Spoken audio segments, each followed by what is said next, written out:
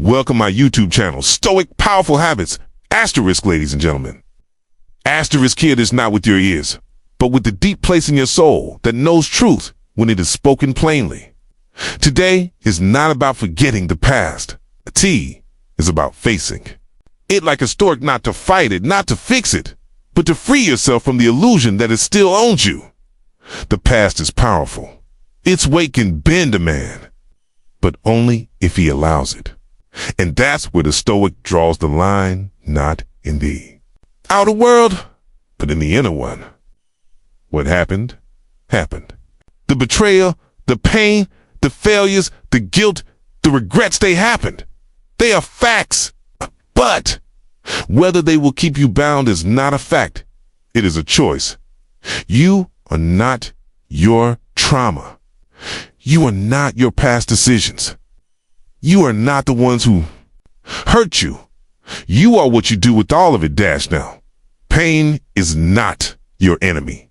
It is a brutal mentor, a master you did not ask for, but one who can mold you into someone unbreakably if you let him. Stoicism isn't about pretending you don't hurt.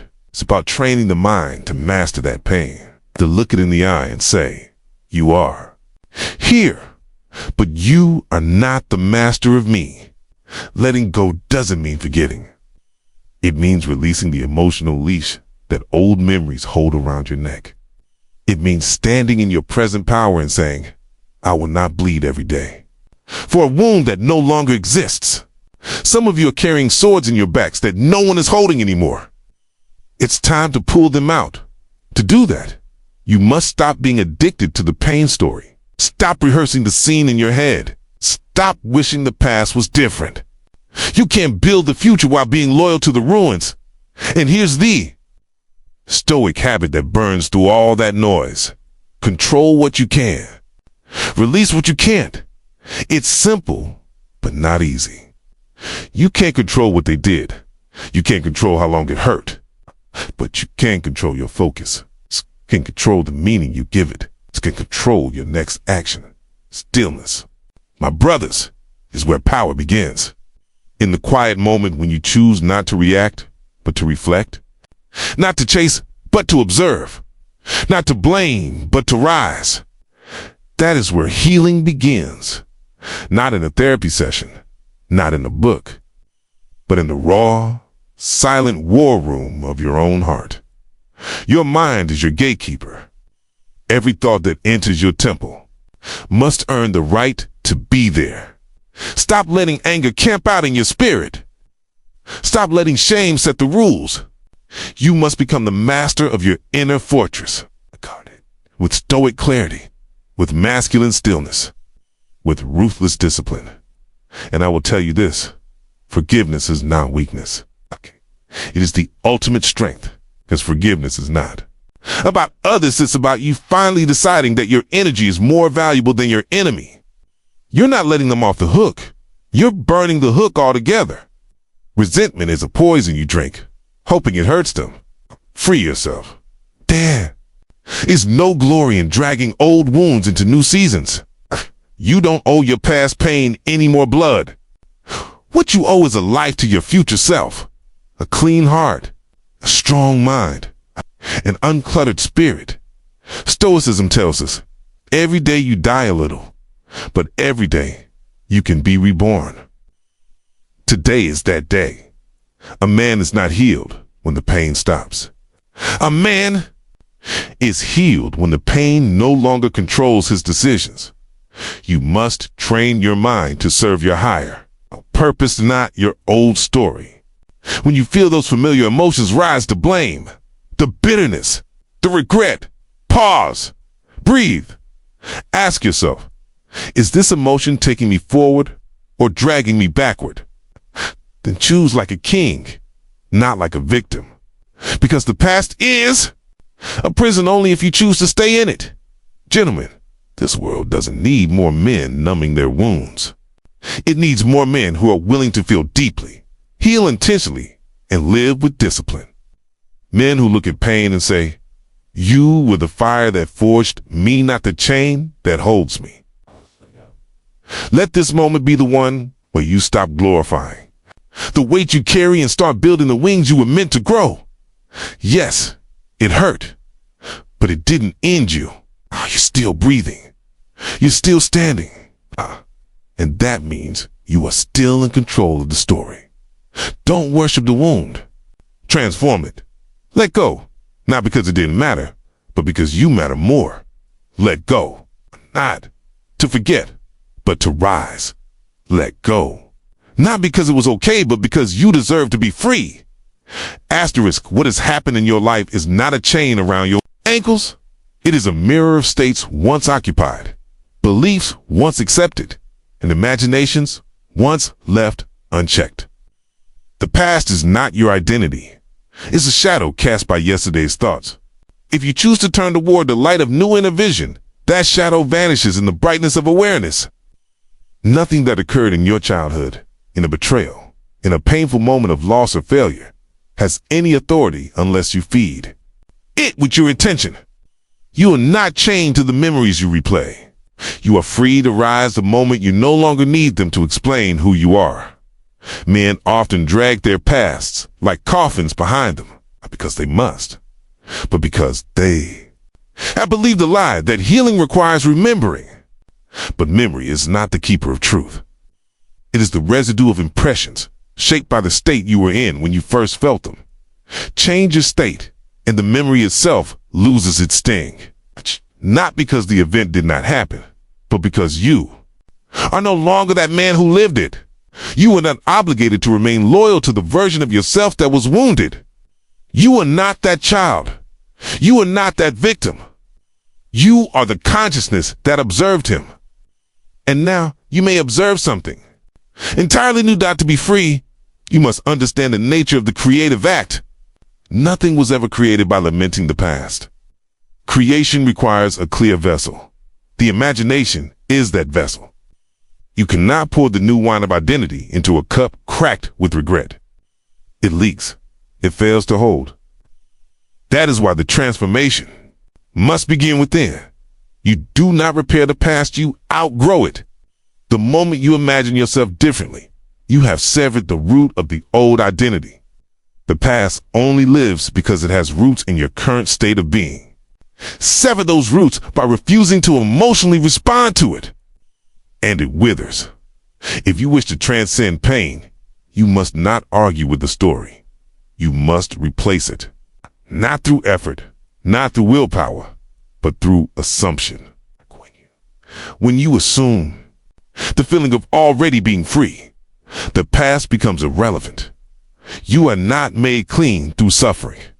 You are made clean through inner decision. What you dare to accept as true of yourself, this alone determines your freedom. When you say, I am healed, not because of proof, but because of conviction, you have rewritten the script. You are not healing slowly. You are awakening swiftly. There is no redemption in reliving pain.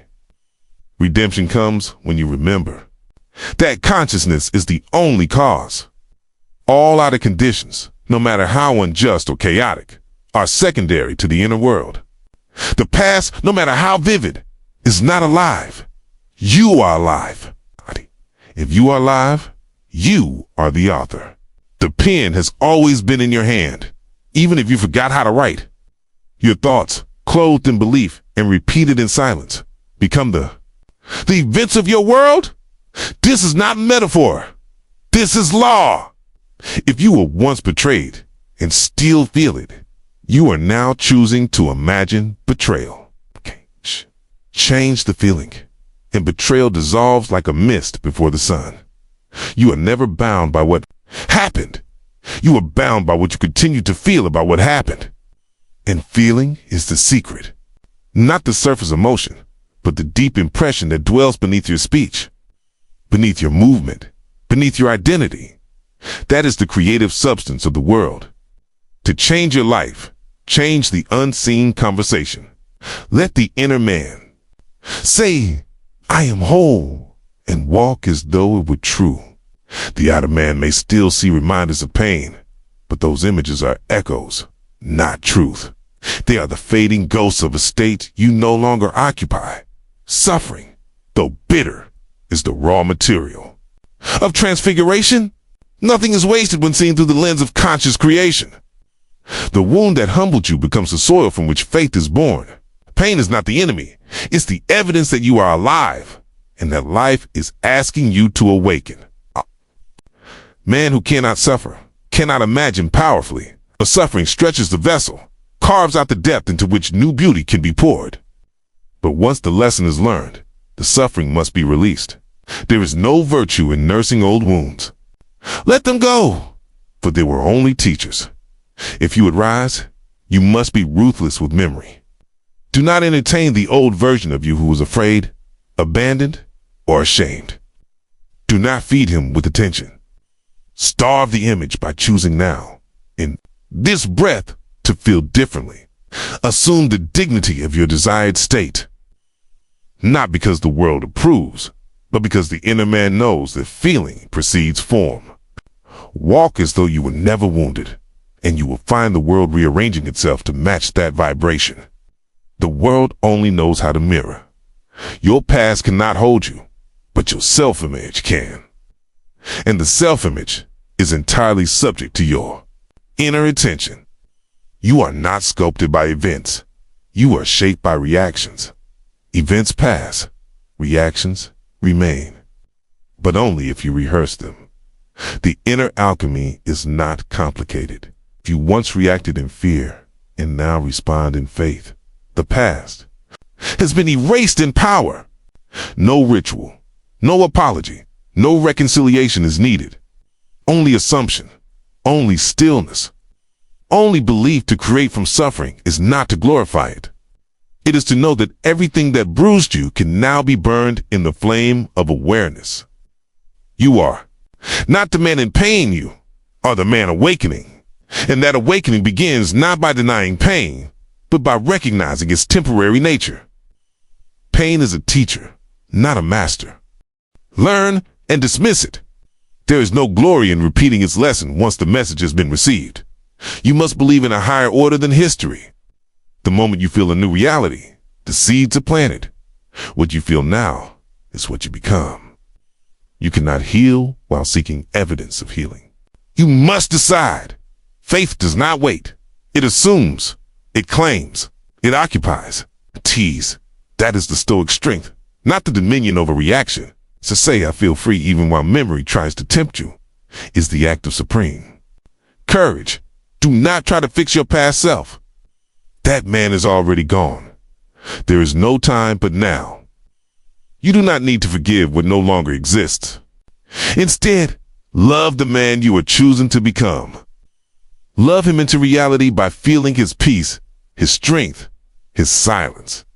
Let this new inner state be more real to you than the photographs of memory. Those images have no life unless you breathe into them. Exhale them. Withdraw attention, and they crumble.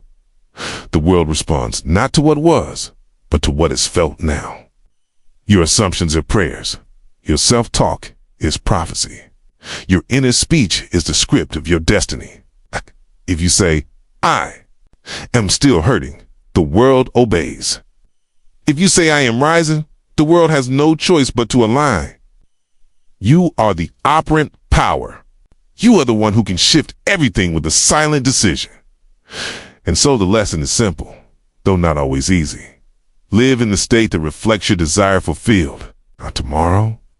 Now, assume the man who no longer suffers. Wears confidence. Feel his peace. Know his presence. And you will discover that the past is not a prison. It was a stage upon which you learned your divinity. That curtain has closed. A new act begins the moment you choose to imagine. And in that imagining, you are born anew. Asterisk, your mind is the gatekeeper of all things that enter and shape the world you call your life. No event comes to you randomly. No circumstance arrives uninvited. Everything you experience is the outpicturing of what has passed through the gate of consciousness. The sentry who guards that gate is none other than your awareness, silent, impartial, and always obedient to your command. If you do not take control of that threshold, impressions will slip in quietly, dressed as facts, opinions, memories, fears, and borrowed beliefs, and they will set themselves up as masters in your house. They will claim your future, not because they are powerful, but because you let them pass unchallenged. A man becomes what he allows himself to feel consistently, not what he reads, not what he wishes, what he feels. The feeling is the signal that crosses from thought into manifestation.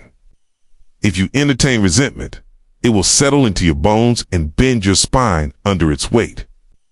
If you cradle fear in the mind, the body will respond with hesitation, and the world will obey the command to bring you something more to fear.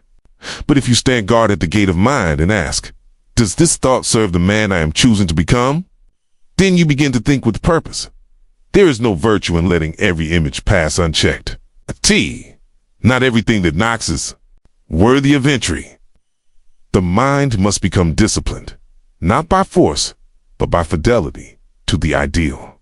You must love the vision of your desired state more than the noise of the world. That vision must not remain abstract.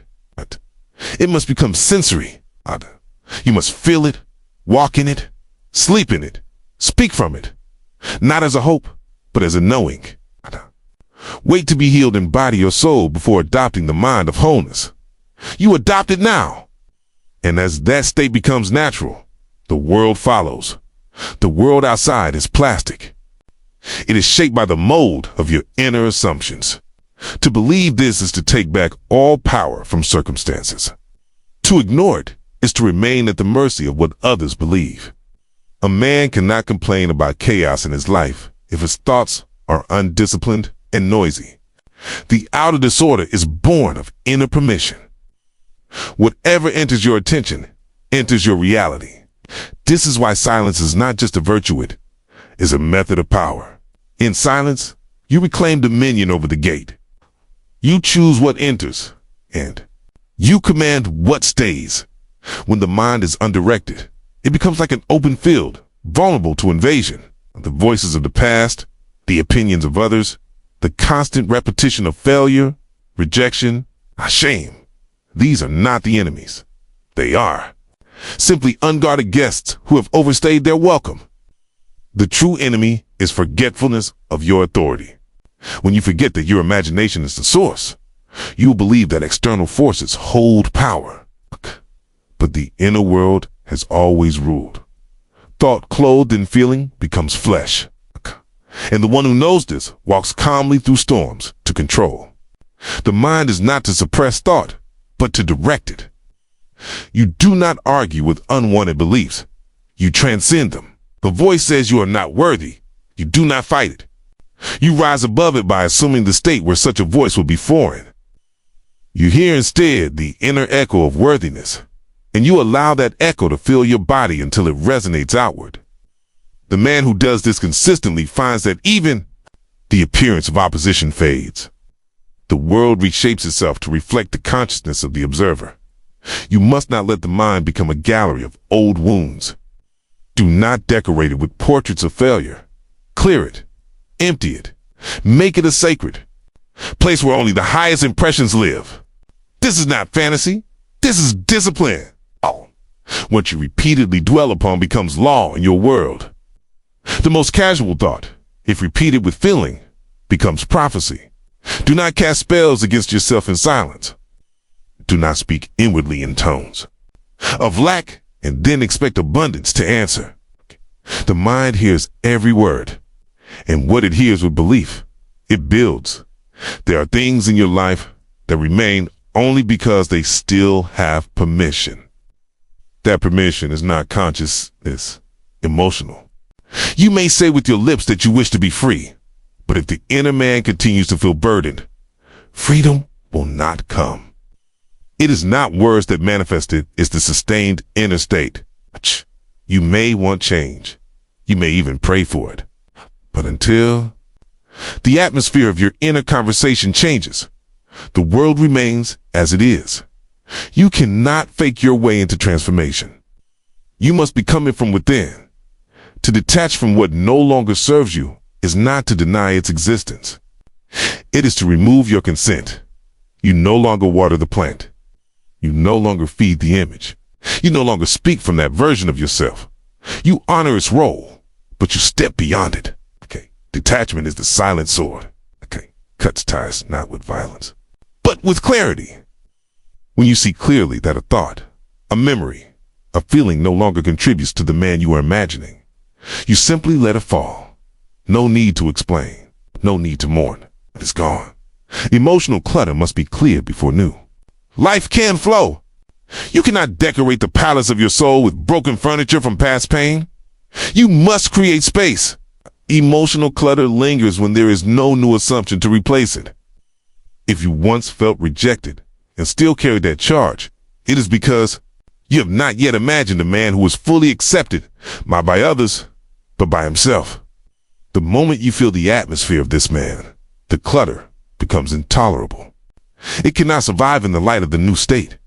If something lingers in your field in old emotion, a broken story, a repetitive outcome, it is because you still believe it has value.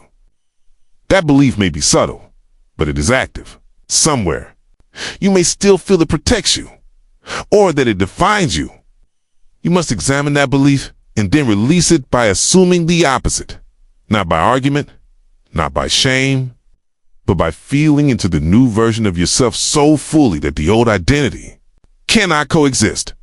There is no struggle in letting go when the new state is more attractive than the old one.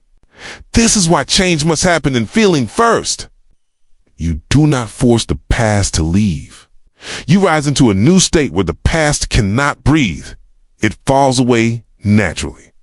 You find yourself no longer reacting, no longer repeating, not because you fixed the past, but because you outgrew it. Nas, this growth was not effortful. It was imaginative.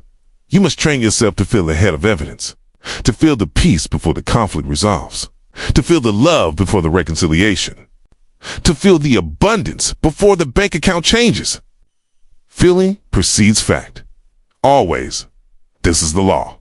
And he who lives by this law becomes master, not by domination, but by devotion to the unseen, to the inner world, to the sacred vision of what could be. There are no exceptions. The gate of mind is either guarded by purpose or left open to chaos. You cannot live passively and expect peace. Peace is an inner structure, built thought by thought, choice by choice. Every image you allow is a brick. Every feeling is the cement. Build a structure that can hold the life you desire. It begins in silence. It grows through assumption.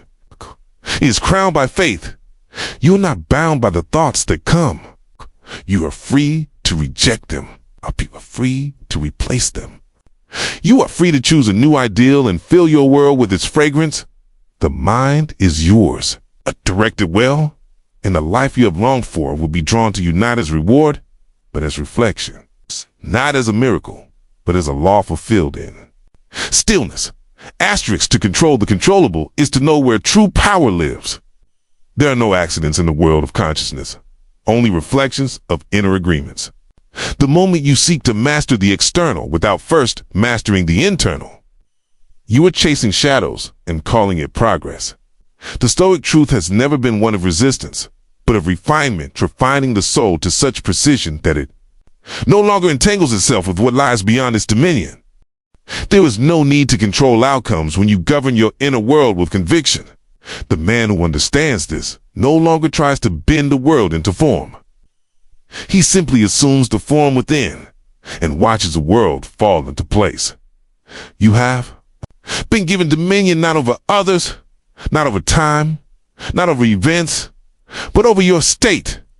That is the only territory that has ever mattered. What you feel, what you consent to, what you persist in mentally, these are the only things that ever produce results. When you spend your days trying to manipulate appearances, trying to fix circumstances or change other people, you give away the only authority you truly possess. The outer reflects the inner, nothing else. And yet, men chase the outer, blind to the fact that it has no life in itself. You cannot master what you do not own, and you cannot own what you have not imagined as already yours. If peace feels far away, it is because you have imagined it as distant. If healing seems impossible, it is because you still see yourself as wounded. But the man who sees clearly, who imagines accurately, knows that his control begins and ends with his own conception of self. Everything else is scenery, teeming. Be taken from you that you have not already imagined lost, and nothing can be given to you that you have not already assumed. This is not passivity. This is power of the highest order. The refusal to react is not weakness, it's wisdom. You are not avoiding the world. Kia creating from a higher level. When you choose not to argue, not to resist, not to plead, you are not surrendering. You are ascending. You are declaring silently, I know who I am, and I refuse to be moved by what contradicts that truth. This stillness is not emptiness. It is fullness beyond words. It is the quiet confidence of a man who knows that he creates through inner vision, not out of struggle. Freedom begins where resistance ends. You do not need to wrestle with every emotion or explain every setback.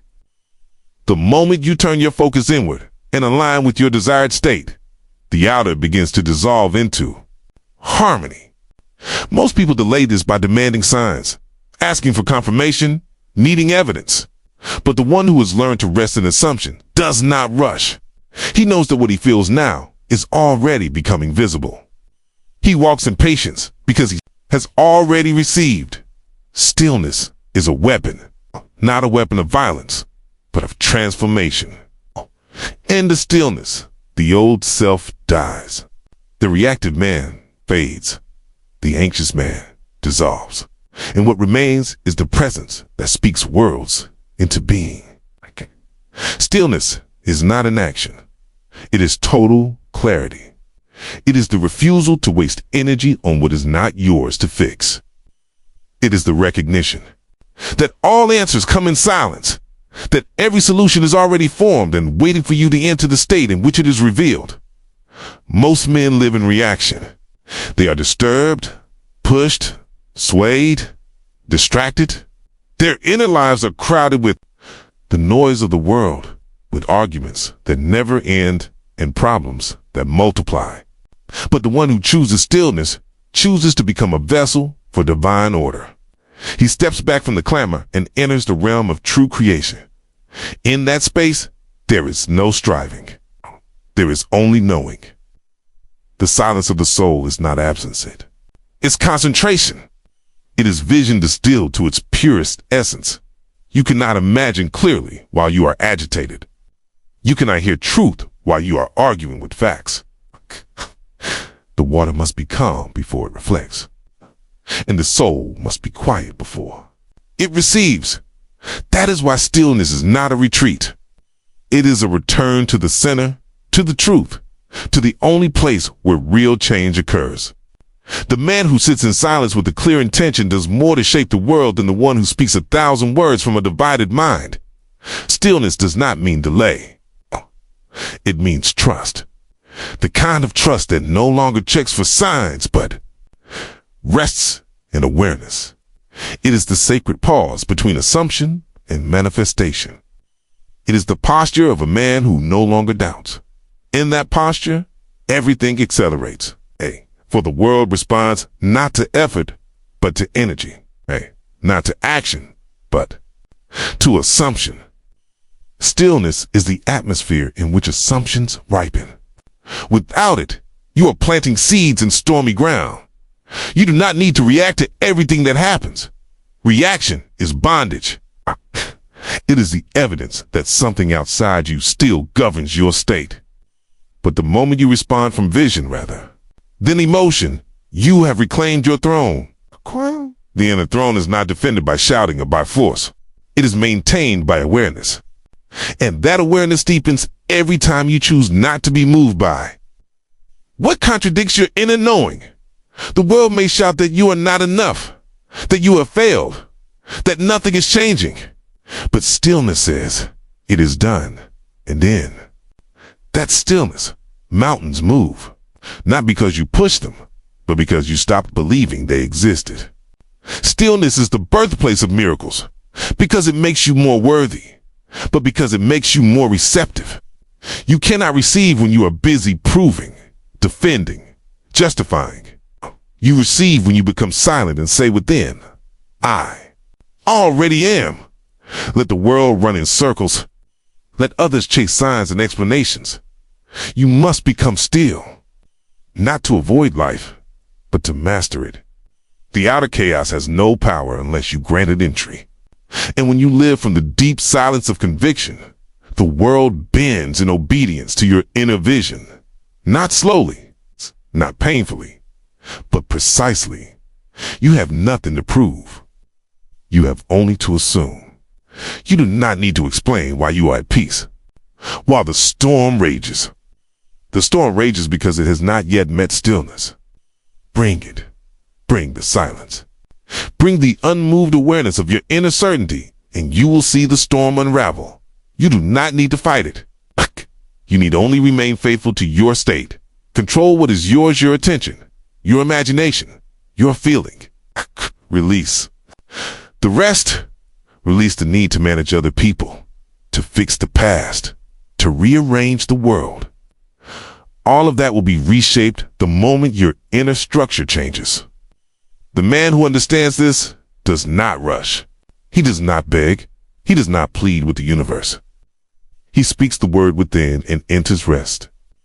That rest is the proof of faith. Stillness and control are not opposites.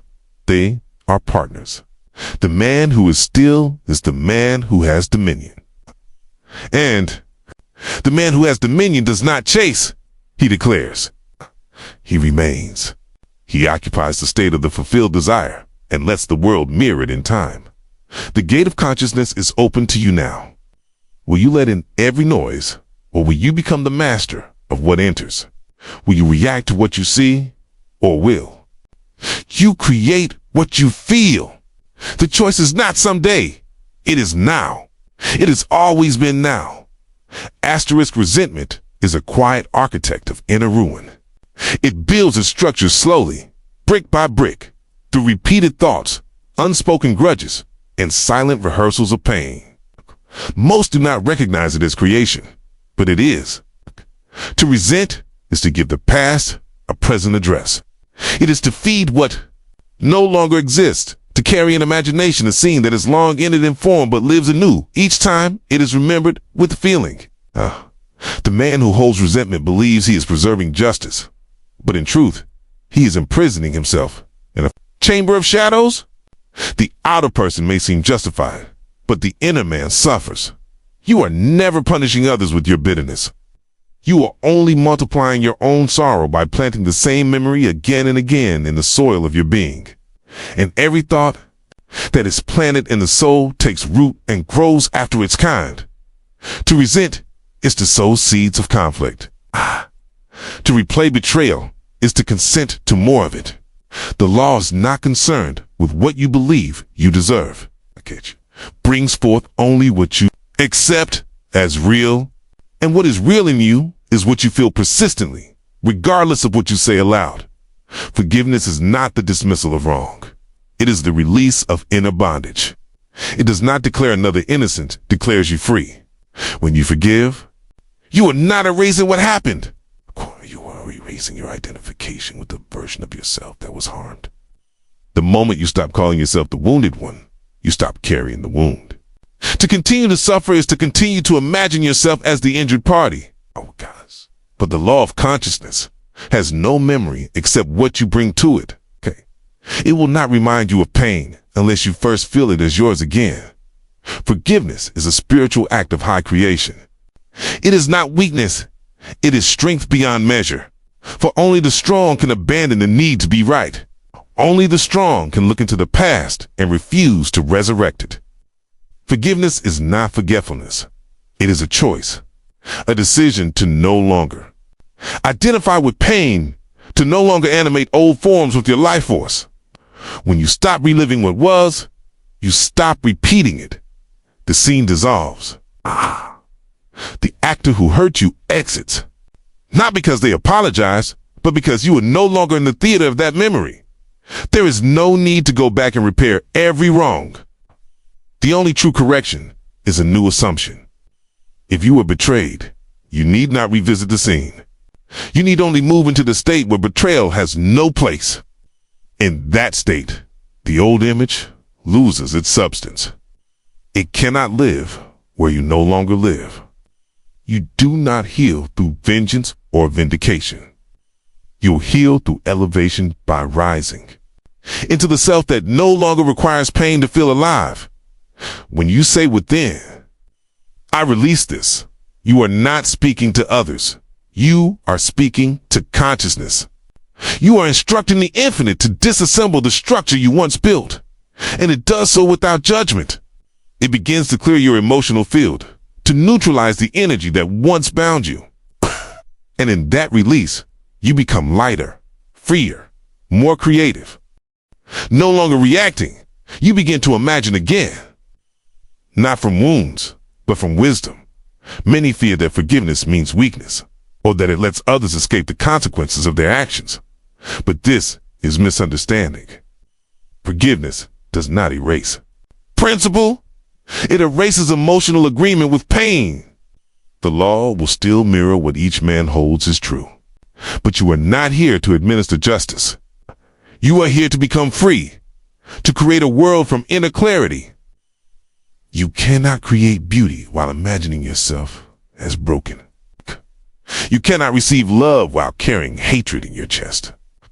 The soul cannot blossom in the soil of bitterness.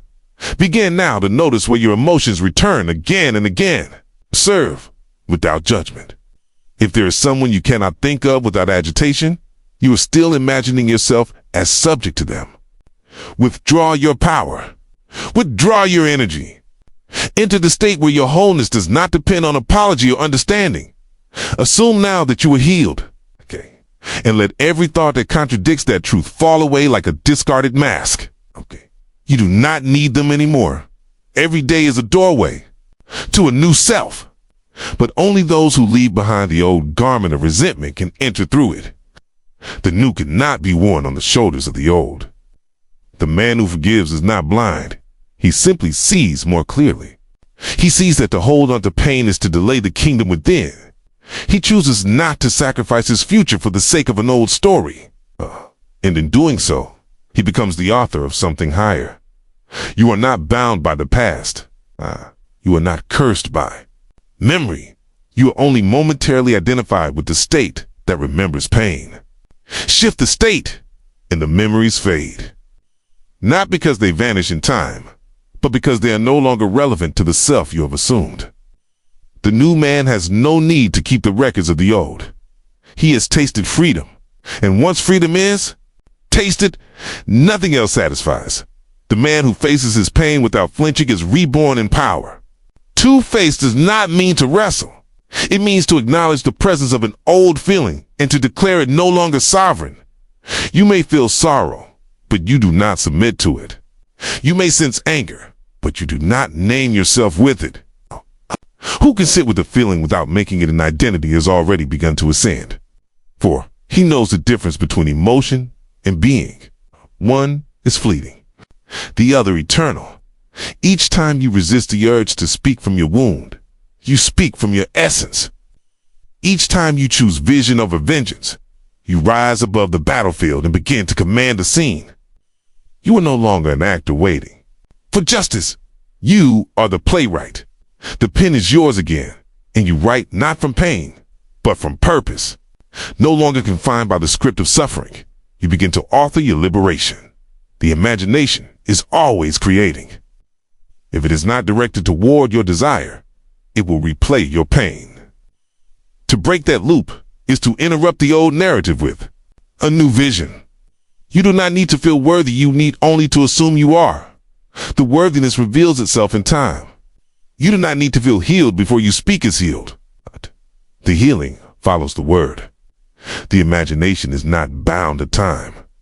It creates outside of proof. You rise by assumption. Not slowly, but immediately. The moment you occupy the state of the healed man, the past becomes a tool, not a prison. It becomes something you can use, not something that uses you. The pain becomes context, not identity. and you no longer explain yourself through your scars. You speak from your wholeness. You walk with authority. You imagine with clarity. And the world begins to match your new self. You are not obligated to continue suffering. You are not required to carry anything that no longer serves the man you are becoming. You are free. You have always been free. What you assumed yesterday may have felt heavy, but that assumption has no power today unless you bring it with you. So release it. Replace it. Imagine something new. Speak from that new place. Let that voice be louder than your memory. Let it define you. Each moment is a seed. What you assume now is what you will see tomorrow. If you assume pain, you will find it. If you assume freedom, it will come. The choice is not delayed, it is always now. You are not waiting for healing. You are selecting it. You are not waiting for closure. You are claiming it. You are not waiting for others to change. You are changing what you call yourself. And when the name changes, so does the world.